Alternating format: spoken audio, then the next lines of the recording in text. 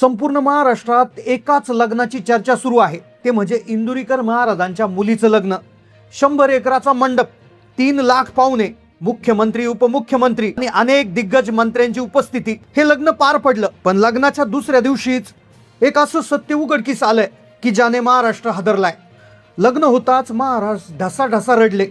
जे इंदुरीकर महाराज ज्यांनी संपूर्ण महाराष्ट्रातल्या लोकांना प्रबोधन केलं, जे म्हणायचे कमी खर्चात लग्न करा, पण त्यांनी आवाढव्य खर्च केला. काही लोकांनी आश्चर्य व्यक्त केलं, तर काही लोकांनी जरी टीका केली. पण लोकांना प्रश्न पडला होता की इतकं मोठं लग्न केलं आहे, मग त्यांचा जो जावई आहे त्याचं सत्य नेमकं काय आहे? तो साहिल चिलप नेमकं कोण आहे? इतकं मोठं लग्न करायचं म्हणजे तो कुणी साधा सुद्धा व्यक्ती नसेल, एवढी तर कल्पना प्रत्येकाला होतीच. पण लग्नाच्या दुसऱ्या दिवशीच इंदुरीकर महाराजांच्या जावयाचं सत्य अखेर उघडकीस आलं. इंदुरीकर महाराजांनी लग्नात इतका खर्च केला, पण जावयाचं सत्य वेगळंच निघालं. एक सत्य जे ऐकून महाराष्ट्र हादरला. लग्न होताच महाराज ढसाढसा रडले. मग इतक्या थाटामाटात ज्याच्यासोबत महाराजांच्या मुलीचं लग्न झालं, तो जावई नेमकं कोण आहे? महाराजांचा जावई राहुल साहिल चिलप हा नेमकं काय व्यवसाय करतो? त्याचे आई वडील नेमकं काय करतात?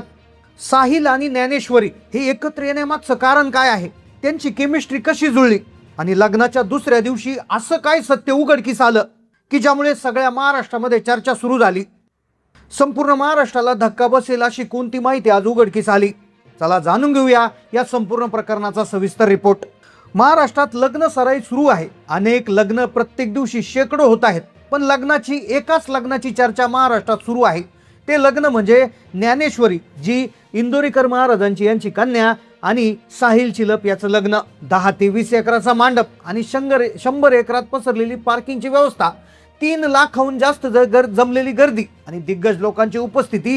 हे लग्न म्हणजे प्रसिद्ध कीर्तनकार इंदुरीकर महाराज यांची लाडकी लेक ज्ञानेश्वरी आणि राहुल चिलप यांचं. आता लग्नातले खर्चाचे आकडे आले, तिथली गर्दी आणि सगळ्या लोकांची जी उपस्थिती पाहून अनेक लोकांनी शंका उपस्थित केल्या. कालपर्यंत महाराजांवर टीका देखील झाली होती की इतके पैसे आणले कुठून? इतके पैसे तुम्ही कुठून आणले? एक महाराज जे कीर्तन करतात त्यांच्याकडे एवढे पैसे कुठून आले? लोकांना तुम्ही सल्ले देता की लग्न कमी खर्चात करा आणि तुम्ही करोडो रुपयांचा खर्च करतात. तर हे सगळे कालपर्यंत टीका सुरू होती. पण लग्नाला 2 दिवस होताच त्यांच्या जावयाचं असं सत्य उघडकीस आलं की ज्याने अक्षरशः महाराजांच्या डोळ्यातून पाणी आलंय. लग्न होताच महाराज ढसाढसा रडले. हा साहिल चिलप जो त्यांचा जावई आहे, तो नेमकं कोण आहे? त्याचे आई वडील नेमकं काय करतात? ते कोणता व्यवसाय करतात? आणि सगळ्यात महत्त्वाचा मुद्दा, त्यांची संपत्ती किती आणि ती संपत्ती, ती मालमत्ता त्यांनी नेमकं कशी कमवली आहे? हे सगळं सत्य आता उघडकीस आलंय. लग्न होताच 2 दिवसांनी अशी घटना समोर आली, असं सत्य समोर आलं की ज्याने संपूर्ण महाराष्ट्राला धक्का बसला. महाराज ढसाढसा रडले.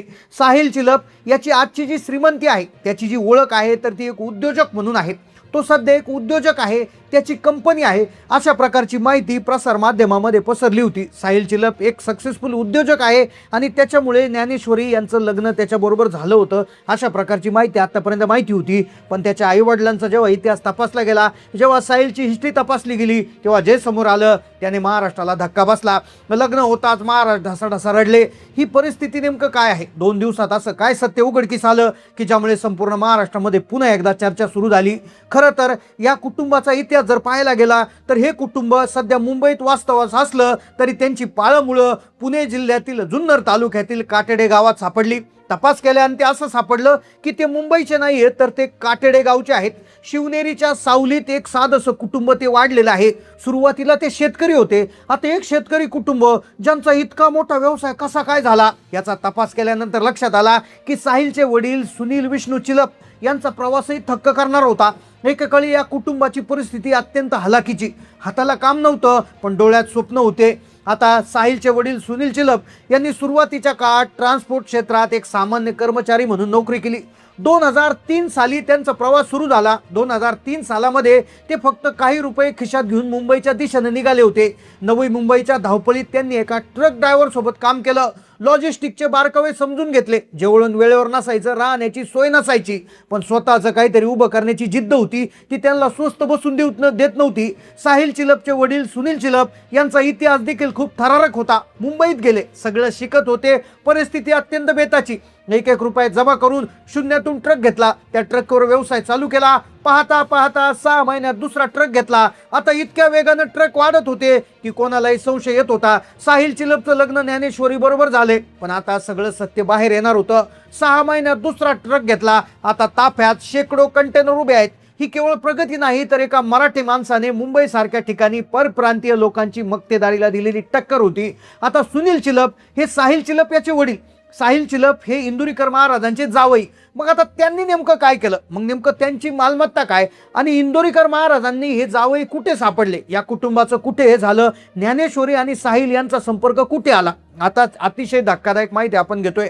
सुनील चिलप यांनी कष्ट करून साम्राज्य उभं केलं, पण ते सांभाळण्यासाठी वाढवण्यासाठी सक्षम वारसदार हवा. नुसता सोन्याचा चमचा तोंडात घेऊन आलेला जर मुलगा असेल, तो जर पुढे काहीच करत नसेल तर काय होणार. तर मग काय सत्य समोर आलेलं आहे. 2 दिवसात असं काय घडलं की महाराजांच्या डोळ्यातून पाणी आलं. साहिल चिलप याचा जेव्हा जन्म झाला होता तेव्हा त्याच्या घरच्यांना वाटलं नव्हतं की साहिल एक दिवस त्यांचं साम्राज्य इतकं मोठं करेल. साहिल चिलप हळूहळू मोठा होत होता. त्याची जबाबदारी त्याला पेलायची होती. त्याने स्वतः इंजिनिअरिंगला ॲडमिशन घेतलं. तो इंजिनियर झाला आणि त्याला फक्त केवळ श्रीमंत बापाचा सुपुत्र किंवा मोठ्या बापाचा पोरगा म्हणून राहायचं नव्हतं. त्याने सगळ्यात आधी उच्च शिक्षित होऊन इंजिनिअरिंगची पदवी मिळवली. साहिल याने आधुनिक शिक्षणाची जोड वडिलांच्या अनुभवाला दिली. इंजिनिअरिंग मधल्या ज्या टेक्निक्स तो शिकला होता त्याने त्या पारंपरिक व्यवसायामध्ये वापरल्या. त्याने व्यवसायामध्ये तंत्रज्ञानाचा वापर वाढवला. साहिल याचा स्वभाव अत्यंत शांत संयमी असल्याचं बोललं जातंय. पण या शांत संयमी स्वभावामागं काय सत्य दडलं होतं. लग्नाच्या दुसऱ्या दिवशी असं काय सत्य उघडकीस आलं की महाराष्ट्राला धक्का बसला. तो श्रीमंतीचा कुठलाही गाजावाजा करत नाही. पडद्यामागून चिलप ग्रुपचे तो महत्वाचे निर्णय घेतो. सध्या ते आपल्या वडिलांच्या खांद्याला खांदा लावून नावाशेवा बंदराजवळील लॉजिस्टिक आणि रिअल इस्टेटचे व्यवहार सांभाळत आहे. आता अनेकांना प्रश्न पडतो की इंदुरीकर महाराज हे अहिल्यानगर जिल्ह्यातले आणि पुण्याचं चिलप कुटुंब एकत्र कसे आले. तर याचं उत्तर आहे एक महत्वाची दुरी. तीच दुरी आहे विठ्ठलाची भक्ती. आता चिलप कुटुंब हे जे आहे ते जुन्नर भागातलं, खेड्यापाड्यातलं किंवा ग्रामीण भागातलं असल्यामुळे घरामध्ये वारकरी संप्रदायाची एक प्रथा, त्यांचं तिथे घर आहे. त्या घराचा व्हिडिओ इंस्टाग्रामवर आला होता आणि त्याच व्हिडिओने खळबळ उडाली होती. त्या व्हिडिओमध्ये एक महिला तिथे जाताना दिसली. कॅमेरा ओपन केला, त्यांचं घर बघितलं. आता लग्न झालेलं होतं तर त्या घराच्या बाहेर एक स्पीकर लावला होता आणि त्या स्पीकरमध्ये हरिपाठ सुरू होता. दिवसभर हरिपाठाचा गजर तिथे सुरू होता. विठ्ठल भक्तीच्या माध्यमातून त्यांची भेट झाली. चिलप कुटुंब हे पिढ्यानं पिढ्या वारकरी संप्रदायाशी जोडलेलं. साहिल याचे काका आणि वडील दरवर्षी आषाढी कार्तिकीमध्ये सेवा देतात. पनवेलला खांद्या कॉलनीमध्ये दरवर्षी चिलप कुटुंबातर्फे वारकऱ्यांसाठी भव्य अन्नदान आणि निवासाची सोय केली जाते. याच वारीच्या वाटेवर हरिनामाच्या गजरात इंदुरीकर महाराज आणि चिलप कुटुंबाची ओळख झाली. गेल्या 15-20 वर्षापासून त्यांचे संबंध घरगुती. 15 वर्ष म्हणजे साधारणपणे 2006-07 मध्ये ओळख झाली. आता त्यांच्या लग्नाला आलेला मुलगा आणि लग्नाला आलेली मुलगी, कुटुंबाची ओळख पहिल्यापासूनच. पण खरा लग्नाचा प्रस्ताव तो पुढे येणार होता. नुसती ओळख चालणार नव्हती. अखेर मुलीसाठी मुलगा पाहताना बँकेचा बॅलन्स नाही तर समोरच्या कुटुंबाचे संस्कार देखील पाहिजे होते. ज्ञानेश्वर आणि साहिल यांची केमिस्ट्री सुद्धा या संस्कारावर आधारित. दोघी अध्यात्म आणि आधुनिकतेची जाण. ज्ञानेश्वरी देखील इकडे वारकरी संप्रदायाच्या वातावरणात वाढलेली आणि साहिल देखील तशाच वातावरणात वाढलेला. आता अशा पद्धतीने त्यांचं नातं जमणार होतं. साखरपुडा झाला. साखरपुडा झाल्यानंतर लग्न झालं. मग आता सगळ्यांना प्रश्न पडला, साहिलची मालमत्ता काय, त्याच्याकडे शेती काय, त्याचे व्यवसाय किती, वडिलांची संपत्ती किती, काय त्याचं रहस्य आहे. चिलप कुटुंबाच्या मालमत्तेचा जो तपशील आहे सध्या सोशल मीडियावर त्याची चर्चा आहे. हे अधिकृत आकडे नाहीयेत पण त्याच्या व्यवसायाची व्याप्ती पाहता तज्ज्ञांनी लावलेले अंदाज आहे. पहिली गोष्ट MS लॉजिस्टिक कंपनी, नावाशेवा पोर्टवर त्यांची स्वतःची कंपनी आहे. आज त्यांच्याकडे 100 ते 120हून अधिक ट्रक्स आहेत. ही कंपनी भारतातल्या मोठ्या कंपन्यांना कार्गो सेवा देते. रिअल इस्टेट साम्राज्य हे सुनील चिलप हे नवी मुंबईत पनवेल भागात नामवंत बिल्डर आहेत. सिडको क्षेत्रात अनेक निवासी व्यावसायिक प्रकल्प त्यांनी पूर्ण केलेत. मुंबई पुणे एक्सप्रेसवेच्या लगत त्यांच्या मालकीचे अनेक मोक्याचे भूखंड आहेत ज्याची किंमत आज शेकडो कोटींच्या घरात.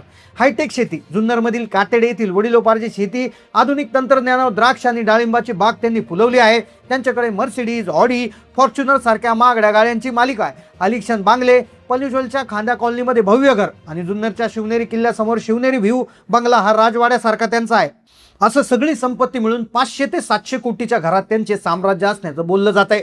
आता महाराजांचं या जावयाचं जे सत्य आहे तर ते अशा पद्धतीनं उघडकीस आलं आणि लोकांमध्ये एक चर्चा सुरू झाली. मग त्यांचा कसा हा जावई निवडला, त्यांनी तो जावई योग्य निवडला की नाही याविषयी देखील आता कमेंटमध्ये त्या ठिकाणी कमेंट लोक लोक करत आहेत. तर मग तुमचं मत काय आहे? महाराजांनी जे घेतलेला निर्णय योग्य होता का? ज्ञानेश्वरी आणि साहिल यांचं भविष्य त्या ठिकाणी कसं राहील? तुमच्या त्यांच्यासोबतच्या काय भावना असतील किंवा आशीर्वाद असतील किंवा काय असेल, शुभेच्छा असतील तर त्या कमेंटमध्ये नक्की कळवा. चॅनलला नवीन असाल तर सबस्क्राईब करायला विसरू नका. धन्यवाद.